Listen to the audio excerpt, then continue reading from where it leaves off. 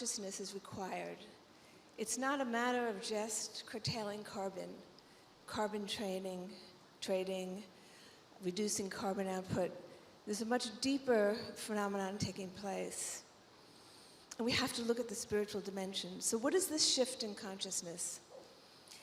It's evolving to the understanding that consciousness creates matter. It's not that matter creates consciousness.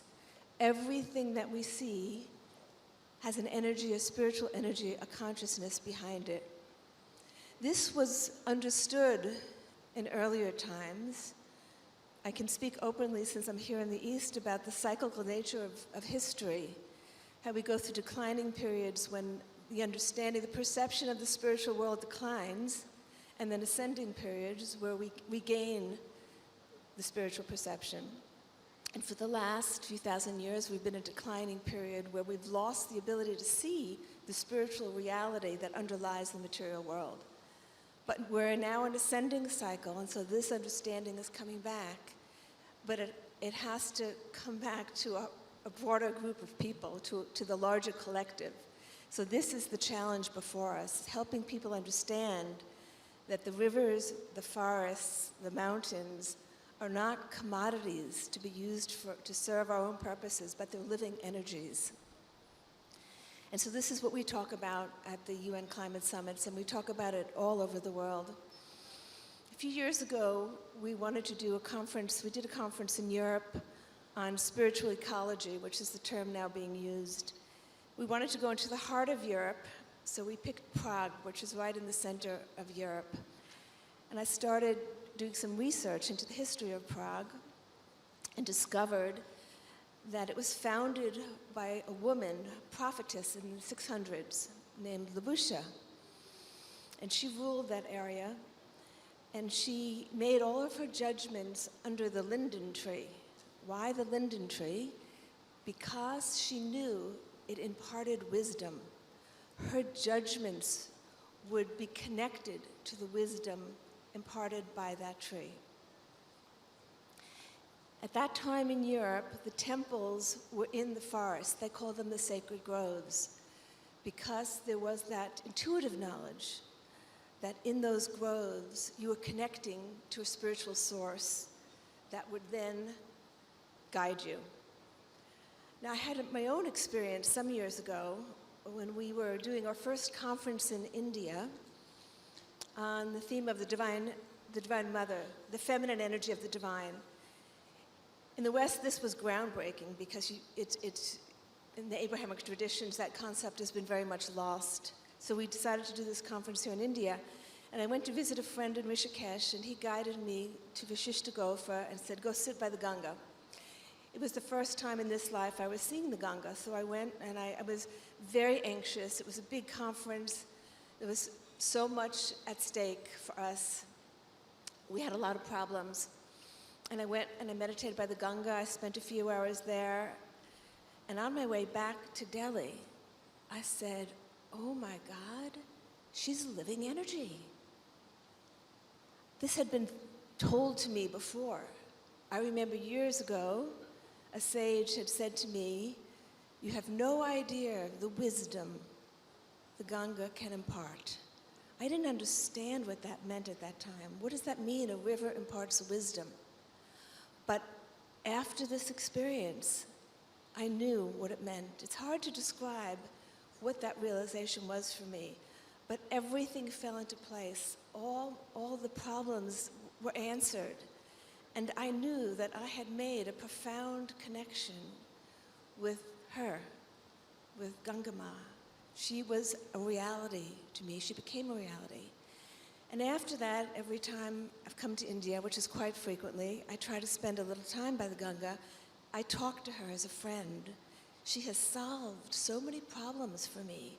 She is a living reality. And now, she's with me no matter where I am. I can be in New York, in my apartment, and if I turn my attention to Mother Ganga, I can connect with that spiritual energy. So how do we convey to the larger public that this is a reality? This is not fantasy, this is not superstition. I may call her a Devi, Someone else may use scientific terms, a consciousness, living energy, whatever. But there is a spiritual presence behind every material object.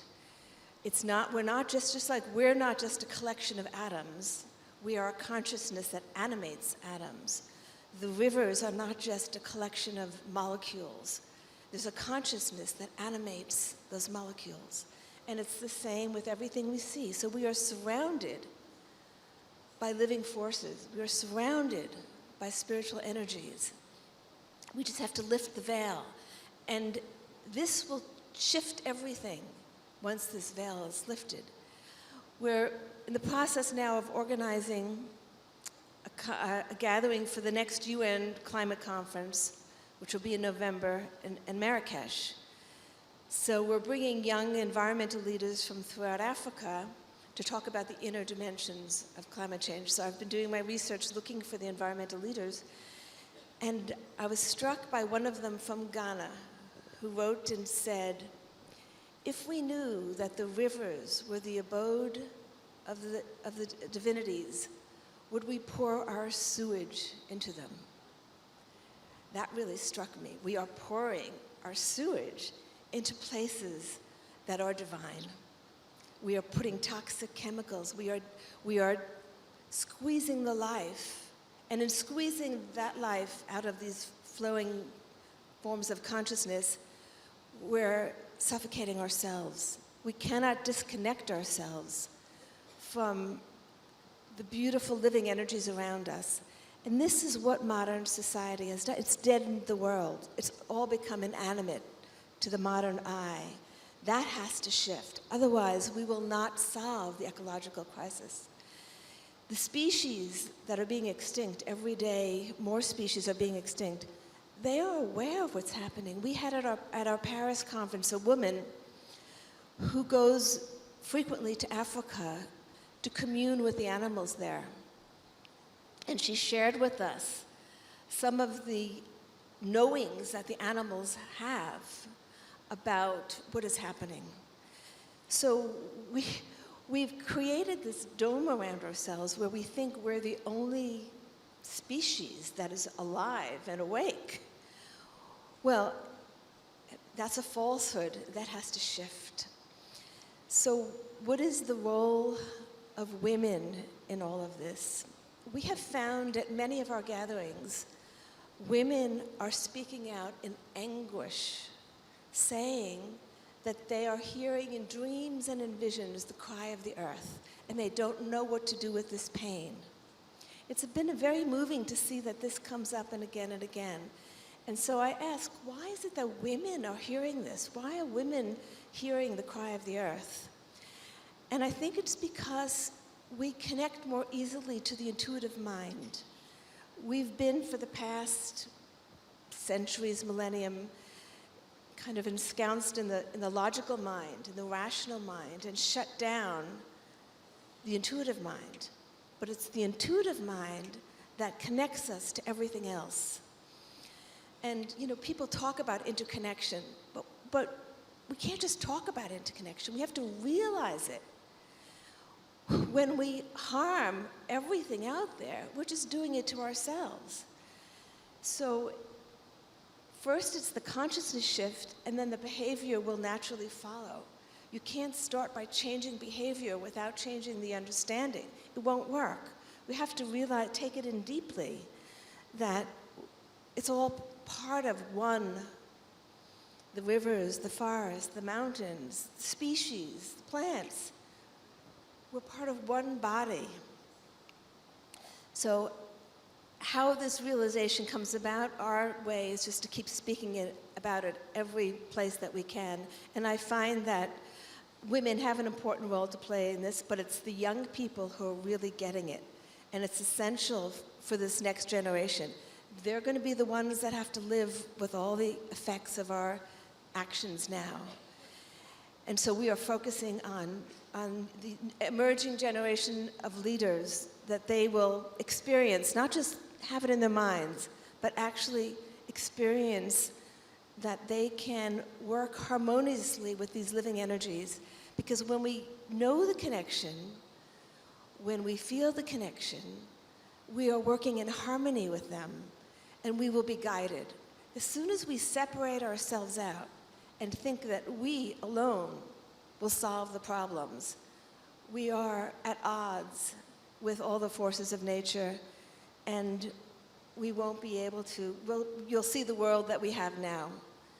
So it's this separating ourselves out, and when we talk about the shift in consciousness, I call it the domination mentality, which has manifested in so many ways in our world, whether it's dominating nature, dominating one religion dominating another religion, one group dominating another group, one species dominating. It's this concept of having to have control over, rather than being in the flow with.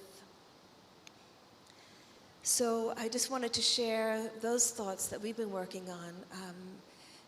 To deal with climate change, to deal with the ecological crisis, we have to work collectively for a shift in consciousness. We have to ourselves go out there and talk to the rivers, and talk to the forests, talk to the other species, and work together with them, and try to see ourselves as one whole. And I do believe that women have a leading role to play in this. Thank you. I'm going to turn now to Natasha to share some of her experiences. Thank you, Dana. I remember this, I have a spiritual teacher and guide many, many years ago when I wanted to sort of, dive deep into a spiritual path. I was completely, I think, in search of something. And I was really keen on going and learning from different masters and different schools. And I remember he said something to me, and he said that, spirituality can be the biggest blessing, but can also be a curse, because once you open the doors, you can never close them again. So he said, watch the doors that you're opening, because, and I thought about that later, and I didn't really know what he meant, and today I think I do. I think a lot of people have this idea of spirituality to be, a blissful state of nirvana, or, meditating and being able to reach your third eye. But what I've realized is that it's actually facing your fears. It's actually unlocking those masks. It's dropping the masks. It's about stepping out of your comfort zone. It's about being able to face your ego, your fears. And every day, I go through my ego and my jealousy and things like that, but I get this reality check all the time. And I always remember his words, and I always remember what he said to me. When I started my yoga retreat company, the thing that I really wanted to do was take people out in nature to do yoga. I sort of wanted them to leave the four-wall studios. I wanted them to get out in nature. And I started noticing a lot of people in my generation completely disconnected.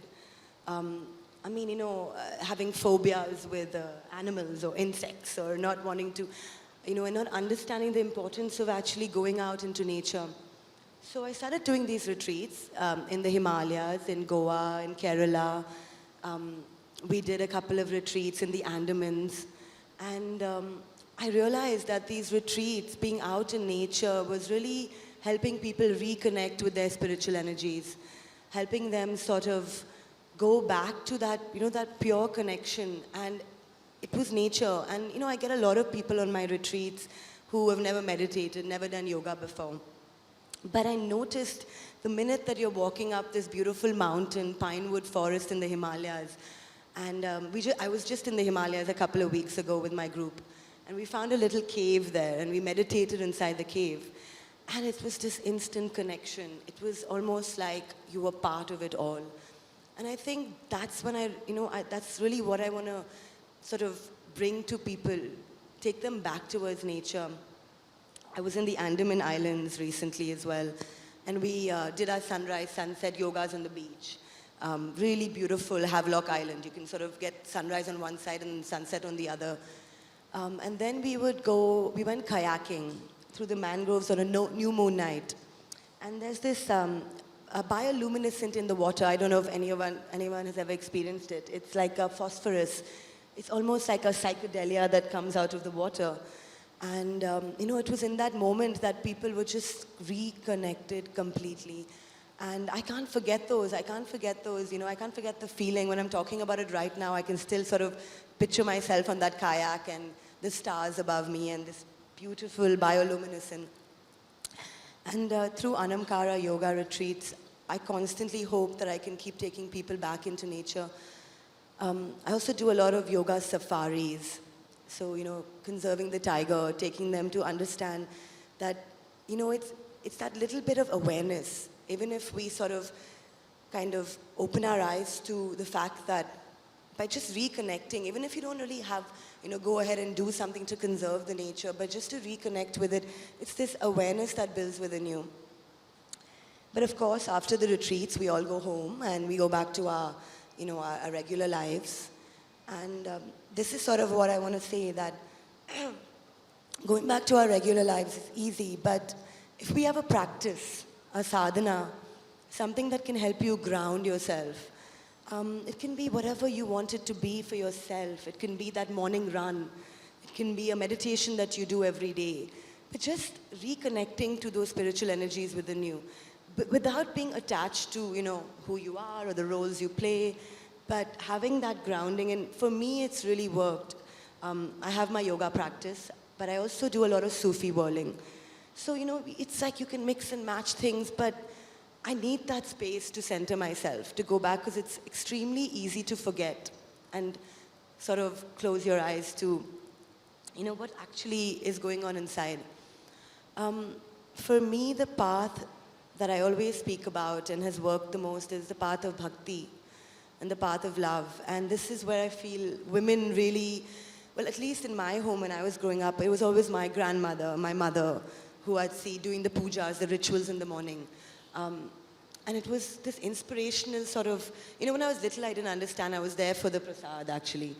For the little, we get this little sweet at the end of the puja.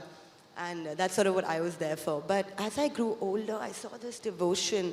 And I see that women have it within them. And as he was speaking about Gangama, I've been to Banaras as well. And when you sit there, it's almost like she's breathing, and I almost feel like I can tell her whatever I want. And she's like holding me within her womb in a way. So I just want to sort of speak about that path of bhakti. And I'd love to end with a little poem, little prose from Rumi.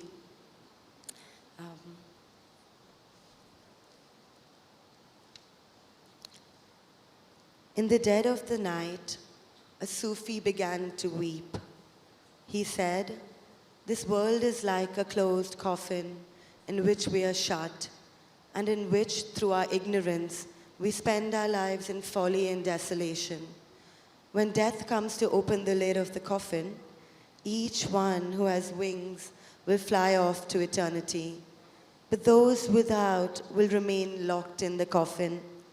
So, my friends, before the lid of this coffin is taken off, do all you can to become the bird of the way of God.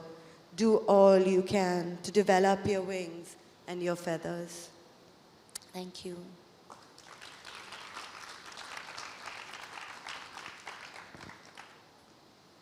So now we're going to turn to Suman. I'd like to thank all of you for being here so we can have this sharing with you. Since I'm a Gandhian scholar, I'd like to just bring to your notice how Gandhi connected to the spiritual energies around him. It's not well known about Gandhi. When we talk about Gandhi, we think that he had one conscious aim in life, and that was the independence of India, or to fight injustice through non-violent action. He fought racism again in South Africa, as you all probably know. What is not known is that Gandhi had only one conscious aim in life. And let me share it with you. And that conscious one and only aim was, I quote, "to reduce myself to a zero." To reduce myself to a zero. And that is what he was doing throughout his life, no matter what the external involvement was, in politics, in community living, wherever, but that was his conscious aim. Just to dwell on this, what does this mean? It means, I again take up another simile. You've heard of Saint Francis of Assisi, and you know that famous prayer, Lord, make me an instrument of thy peace. Maybe where there's hatred, let me sow love. Where there is injury, pardon. Despair, hope. O Divine Master, grant that I seek not to be loved, but to love, to forgive rather than to be forgiven, to console rather than to be consoled. For it is in, dying that we find eternal life. Now this is very important. This is what Gandhi was doing. If you read Gandhi, all the time he talks about that God thought me a fit instrument to lead this struggle. Or sometimes, maybe I was not fit enough in the eyes of God to lead. So this sense of instrumentality, that I'm an instrument of His will, I'm an agent of His will, is very, very strong in Gandhi. And what does this mean? It's very strange. Normally in normal human relationships, what is it that prevents binding or bonding? It's our ego. My thing, my space, my life, my wish, my I, not you, but I. So the ego really keeps on coming in between. So now vis-a-vis God, what does Gandhi do? Lord, make me an instrument of thy will. That simply means that you leave all your ego, you surrender totally to God. And it's much easier said than done. But I must say one thing, that the person who does this, there are many people, if you go through their lives, it's very strange. The more they surrender, the more power they get to accomplish a lot in life. Take Gandhi, take Mother Teresa, take Raman Maharishi, take our gurus, the self-surrender. How strange. The more you surrender, and the I becomes non-existent, the more spiritual energy you get to do a lot. So I think it's really worth connecting and finding out what the surrender is all about. And here I'd like to, since you talked about a shift in consciousness, maybe I'd like to, again, from a Gandhian framework of reference, just to bring about, how can we bring about this shift in consciousness of caring, of connecting? How beautiful that this young person at such a young age is so connected with ecology, with her deeper self. So how can we bring about this shift in consciousness to a global level, as she just said? Well, I'd like to dwell on Gandhi here. Gandhi, as you know, worked for non-violence, and he always says that non-violence is a science, the science of non-violence, and the science of satyagraha, or non-violent resistance. So non-violence is not an emotion, not a sentiment, not a feeling, but a science. As a science, let's apply the definition of any science onto non-violence, just to clarify what Gandhi means. Number one, like any other science, non-violence is also a systematic body of knowledge with its own laws and principles. And Gandhi is very prophetic. Today we see a lot of universities in Europe, in North America, they have departments of peace studies. That's what Gandhi meant. Non-violence is a matter of academic study. That's number one. Number two, it has to be learned. We think we know everything about non-violence. We don't. Like any other science, it has to be learned. And number three, like any other science, it can be successfully applied only when we've learned it. So when we have the adequate tools and methods, skills of non-violent conflict resolution, we can apply them wherever, to Kashmir, to Bosnia, to Palestine. Right now, we don't have the tools and skills. So how can this be done? I've shared with you a very concrete plan. It's an international initiative for a world beyond war. Very limited initiative. that nation states should not go to war. Here I would like to say that there are two approaches to peace. The first one is the hard approach or the hawk approach, and that is where you need nuclear weapons to keep the peace. When you start from here, you build a different world. The world we have now, based on deterrence, where nuclear weapons are important, where we are spending $2 million plus every minute teaching how to use violence to resolve conflict. That's the global military expenditure. While more than 18,000 children die every day in the world because daily, it's a UNICEF figure, you can check it out, due to malnutrition or lack of elementary health care.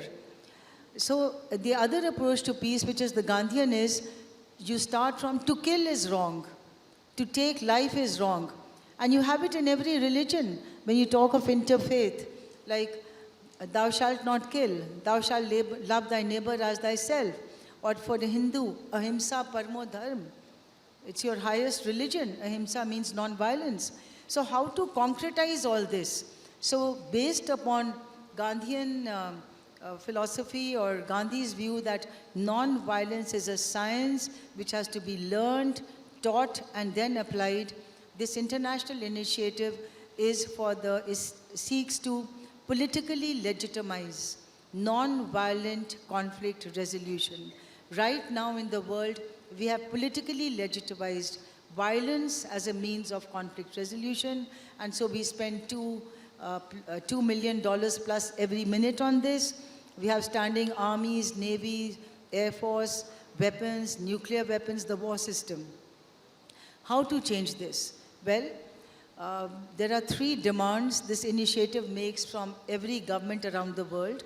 All the adults living in democracies are requested to demand it from their governments. Number 1, that without abandoning the present military defense, a parallel non-violent defense be instituted in every country of the world. What does this mean? Let me explain. Right now we have a Ministry of Defense in every country. You keep that, but it's only a military defense.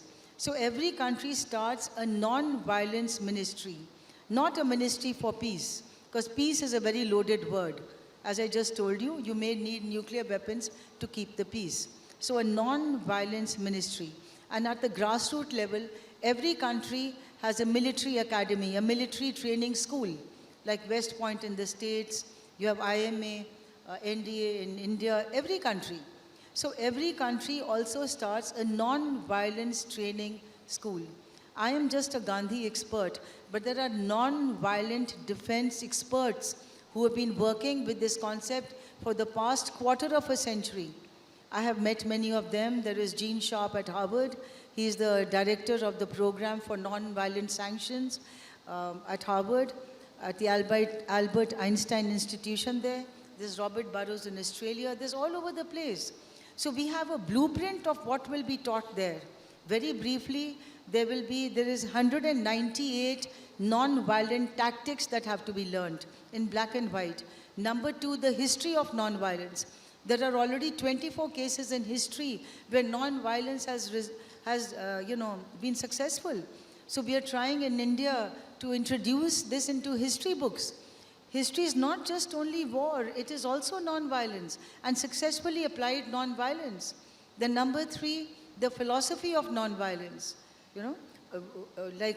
Why choose non-violence? Gandhi says choose it because, I quote, the law of non-violence, which is the law of love, is the law of our species. So if you're human, the sign is to consciously choose non-violence over violence for conflict resolution. So that's, and also non-violent communication. Maybe you must be familiar with Marshall Rosenberg, he's no more, but he taught the giraffe language. We speak wolf and how to speak giraffe. He has a center in Switzerland, in Ohio, in Texas. So there are many examples on how you can speak the same thing, how you say it in giraffe, how you say it in wolf. If there is time, I can give you an example later. The second demand from every government around the world is that the legal, democratic option to be trained in non-violent defense rather than the armed military system. Let me take an example from my own country. A lot of people in India join the army or the armed forces for their bread and butter. They want a job. They don't want to learn how to kill. So there should be a legal option. You want to defend your country? You want to learn to kill? Sure, go ahead and join military defense. Please remember, you learn how to kill. You learn how to use a gun. You learn how to use a machine gun. You learn how to go to war. It's not natural to know how to read, how to use a gun. If you've never seen a gun, you won't know how to use it. So in the similar way, you have to learn how not to fight. You have to learn how not to go to war. You have to learn, so that is to join non-violent defense. The third is the legal democratic option for taxpayers in every country to divert their defense tax from military defense to non-violent defense. Please notice, we're not saying that we don't want a defense. Of course you want a defense. It doesn't have to be violent. That's all. So we want that on our income tax returns all over the world, there should be 2 boxes. You tick mark, military defense or non-violent defense. Let's say half the taxpayers all over the world sign up. Half the women in the world, or all the women in the world sign up. You know, we are more than half the population. What would happen? This $2 million, $1 million plus would still be used to teach how to kill, but $1 million a minute would go for the study of non-violent conflict resolution. And of course, you need funding, as everybody who runs NGOs would know. So you would have money for your National Defense, Non-Violent Defense College. You would have staff, training, non-violence R&D. There are so many examples to learn from history, how to do it. So I quote with a quotation from Gandhi where he says, it's a sign of spiritual atrophy to support an unjust structure like war. You know, spiritual atrophy? Atrophy is like rheumatism, but spiritual, our souls are stuck. We have no compassion, we can't feel.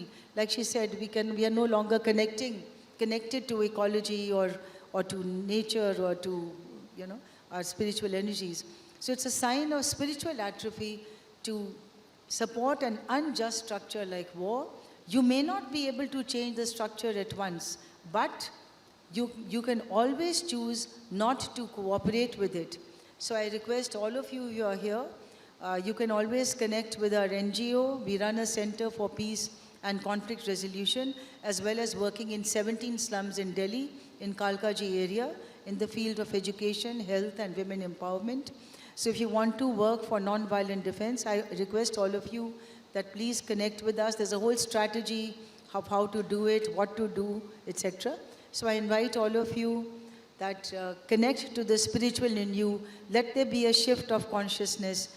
Please become a part of that shift of consciousness to work towards a non-violent world order, to observe war, to go to a world beyond war. It's very limited, beyond war.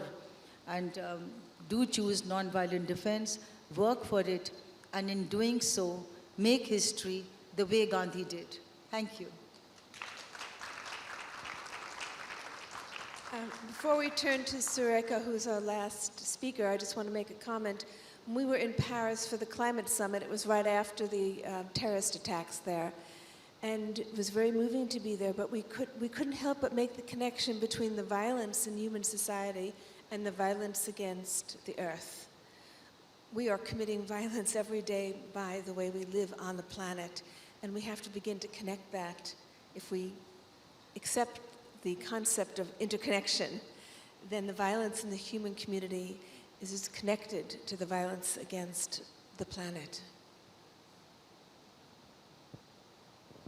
Thank you. Dina, Natasha, and Suman, some excellent points covered by you, and very, very fantastic thoughts.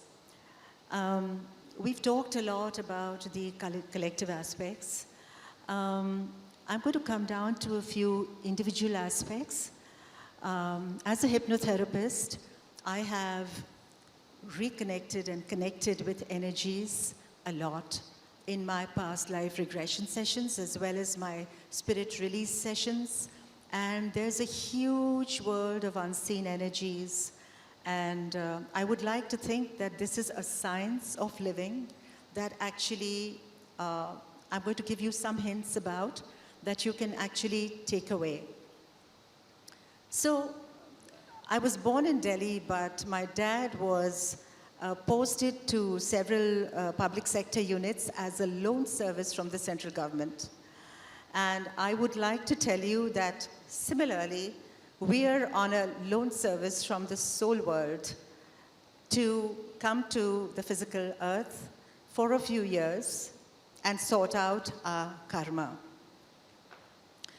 So if all of you are not in a hurry, I would just like to try a small exercise with you. So can you all close your eyes and sit back comfortably? I just want you to experience the world of energy. So close your eyes, take a few deep breaths, and imagine or visualize that there is this huge ball of white light that is coming down over the crown of your head. This is a light from the universe that is descending on you and covering all parts of your body like a shower of light cascading down and covering you from head to toe.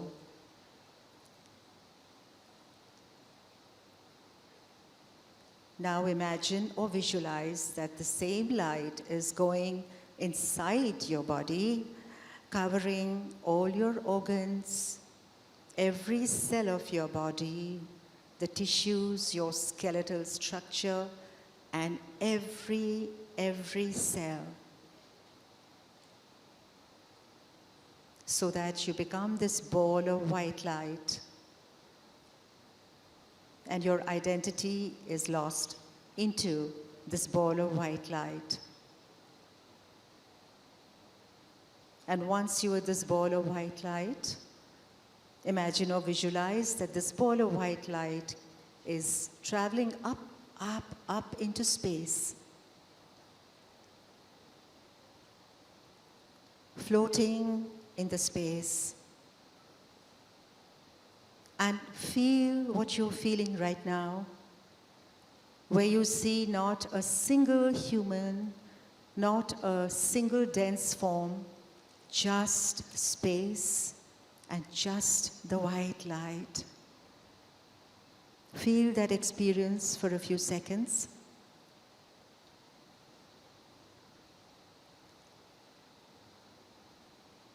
And make a note of what you're feeling right now.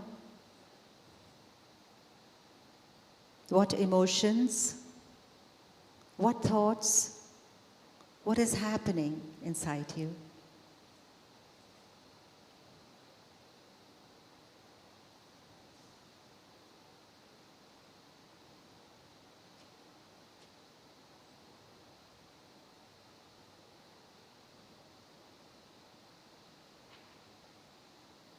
And now, when you're ready, you can come down right into your chairs in this room.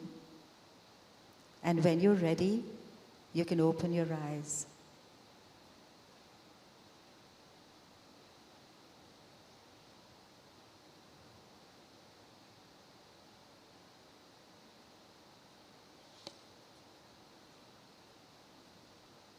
Are we all back? Thank you. So this is too large a forum to ask each one individually what you felt. The idea was just for you to connect to the world of energy, which we don't do very often. Because we live in this dense world of dense matter, of body consciousness, where seeing is believing. So there is this huge body of unseen energies which we are really not aware of. Some of us less than others. But this is what we need to do to connect and reconnect to ourselves. And this is something that is not a subject that we learn from outside, because we are the soul energy. And for us to become aware of our soul energy is one step forward then into becoming a part of the collective energy. I believe that everything starts from within. So now we have an example of the dense energies and the subtle energies. For example, ice. Ice is dense matter, as we know. You can touch it, you can feel it, you can see it, you can sense the temperature. So that is equating with body consciousness. The same energy becomes liquid in the form of water, and then it becomes your emotional energy, because any liquid stands for emotions. And the same energy again condenses into water vapor, and the vapor it ascends into the atmosphere and you don't see it. And that's your subtle energy, which is your energy of thought. So you have gone from dense to subtle to subtle to subtle. And when you reconnect with your energies, you have to reconnect on all the levels, because that is extremely important. So you have your body consciousness, you have your mind consciousness, you have your emotional consciousness, your mental consciousness, and then your etheric consciousness. I don't know how many of you know about chakras, but chakras are the wheels of energy. They're notional bodies within us that harness energy from the atmosphere and regulate it all through our bodies in the form of breath. And then finally you come to your spiritual energy. So you see how many bodies and how many layers of consciousness we actually have to work with. And what we have to remember is the body is the vehicle for the soul to pass through this life. So there is a cycle of birth and death that we are all involved in, and that will happen till our karmic lessons are learned. Now, how many lifetimes it takes, we really don't know. That depends on the body of work we do. So dropping many, many, many layers. So what kind of layers are we dropping here? We're dropping first the excess body consciousness. In the conscious mind and in the external world and the world of action, we need to groom ourselves externally. So we pick up a lot of grooming techniques to make ourselves a part of the whole group of people who are functioning in a certain way. So the excess of body consciousness, you get up in the morning and you're running. Some of us are working, some of us are homemakers, some of us are doing other things with our lives. But in short, we are actually running. So we are completely into our body consciousness. So we have to drop the excess body consciousness. Yes, it is required, but not the excess of it, the imbalance of it. Then the senses. We're observing, liking, disliking, reacting all the time during the day, every moment of our lives. So we actually end up becoming slaves to our senses rather than the other way around. We're supposed to be using our senses for the larger good. So connecting to energies and reconnecting to energies becomes a little difficult because we haven't really thought of what we are, who we are, and we haven't built up a sense of our physical presence in connection with our divine energy. So this is why we are slave to our senses. The third thing that we need to do is curtail our attachments, because when, as Suman said, you start talking about this is mine, this is yours, then it becomes very difficult to be able to connect with yourself or with others. So attachment is something that happens when we lose the connection with the divine, because we start thinking that this world is a real place. The world is actually a mirror. And this is a very old spiritual text that I'm a lot into spiritual studies. So this is something that I think all of us should know. So when we become slave to our senses, we drop that connection with the divine. When we are attached, we drop that connection with the divine because we start thinking that this is ours. It's my father, my mother, my children, my work. Everything is mine, mine, mine. And then it becomes yours because we live in a world of dualities and polarities. So the mine is counteracted with yours. And then the next thing happens is competition, hatreds, comparisons. So that is the other thing that we have to stay away from and we have to drop. To realize that each one of us is a unique personality.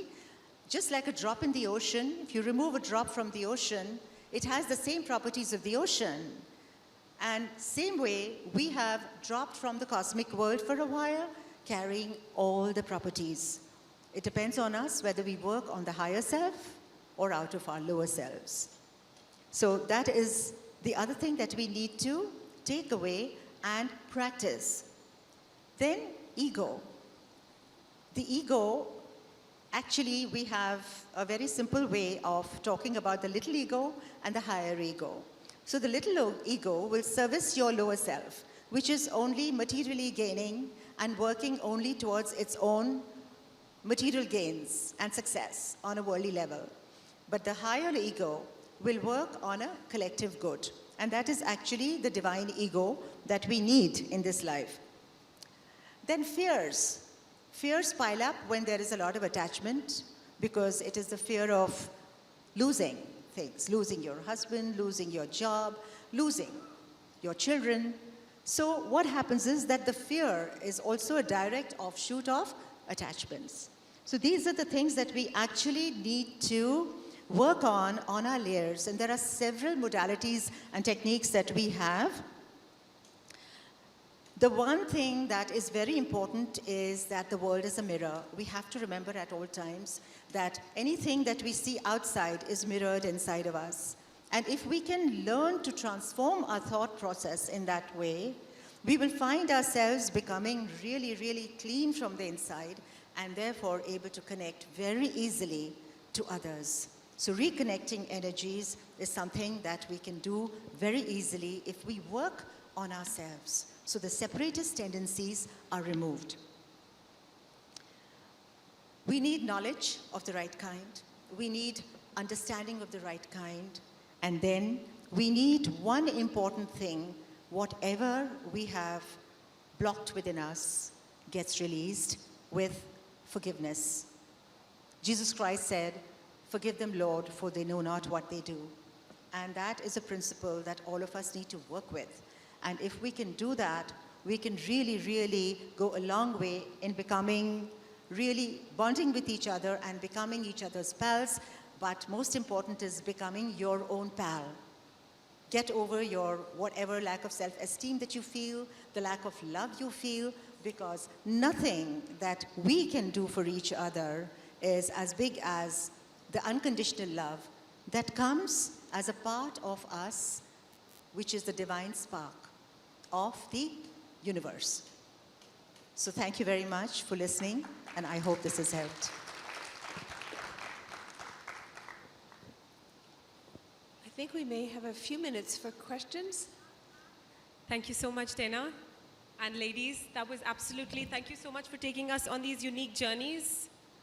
Philosophical, energetic, but absolutely unique. Thank you. That was really beautiful. I'm going to open the floor for some questions, if anyone has any. Actually, we have in the audience Mr. Bharatlal Meena. He's the additional Chief Secretary of Karnataka and founder of an NGO, Apna Desh, and he wanted to make a comment on the topic. So I'll give him the mic.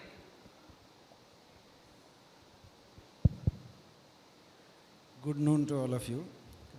Very interesting subject where all four of you had spoken about reconnecting to spiritual energy around us. This is something which is very personal to all of us. As individuals, we all are unique in every sense of the term. There are a lot of solutions given to us. There are so many ways in which we can acquire peace and we can be at peace with ourselves. But that is hardly we do as human beings. What is that which makes us like this is still a mystery, and there is no permanent solution to us. The level of happiness we derive in what we do in our everyday life varies from individual to individual, on day-to-day basis, from moment to moment. It's such a dynamic thing in which we are living as a human being in the total scheme of things of the cosmos, that we find, many times we find that we are not peace with ourselves. And that is what we seek. We seek peace outside. We seek peace in temples, in places of worship, in any other places. But then there is no peace like this. We seek satisfaction in our outside. But I think I personally have experience. Of last four years, I have been with a person who is spiritually evolved, and I have come to realize what last speaker was telling, that it's all around us. Peace is all around us. Energy is all around us. It is all within us. The thing which we look outside has to be reconciled first within, because we are connected with the cosmos. And the body, which is a vehicle, which what she was mentioning, is the real thing. This body has to be tuned. The mind is in control of our body. Mind is in control of senses. The person has to reach to a level wherein he becomes master of the mind. Once he becomes a master of the mind, then senses will work and help him acquire peace everywhere. When the mother feeds the child, that is the universal bliss he gets at that point of time. So like this, in doing our duty with full dedication and devotion, we can seek peace anywhere, wherever you are. You can be at peace with yourself. You enjoy your job, you do whatever you want to do. If you do 100% with full devotion, you will absolutely get peace. And when you, before sleeping, if you close eyes and then ask yourself, what is the good thing which has made you happy during 24 hours? Something good will come in mind, your conscience will tell, this is what you have done today good, and that will make you happy, and you will get peace, and you will get peaceful sleep. That's what I have experienced, and that everyone can experience. We are made of same element. We are not different. We are connected to the same universe, same cosmos. We look different, but then the elements within us are all same. The mechanism which make is our own. The God has made us all same. But the way we use this body, this vehicle, the senses varies from individual to individual. The way they are brought up and other things, those samskaras work on us. And it is possible to be at peace with yourself anywhere, wherever you are, in whatever you do. That is what my experience. Thank you very much.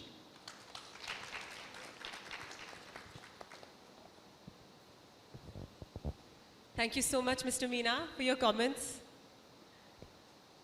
We'll have to take any other questions offline. Is that okay? Because we run out of time. And actually, I'll take this opportunity to welcome His Excellency, Ambassador of Indonesia to India. Thank you, sir, for joining us, as well as His Excellency, Ambassador of Vietnam to India. Welcome. Thank you. We have the next session with His Excellency, so I'll say that the panelists will still be with us. So please feel free to approach them right after this session. And stay with us, we'll roll into the next session. I just have one last thing to say. You know what they say, the clearest way into the universe is by connecting into the forest wilderness. So thank you so much for throwing light on this beautiful topic, and we've really had an enriching discussion with these lovely ladies. Thank you so much. Thank you. Come together for a photograph, ladies, please.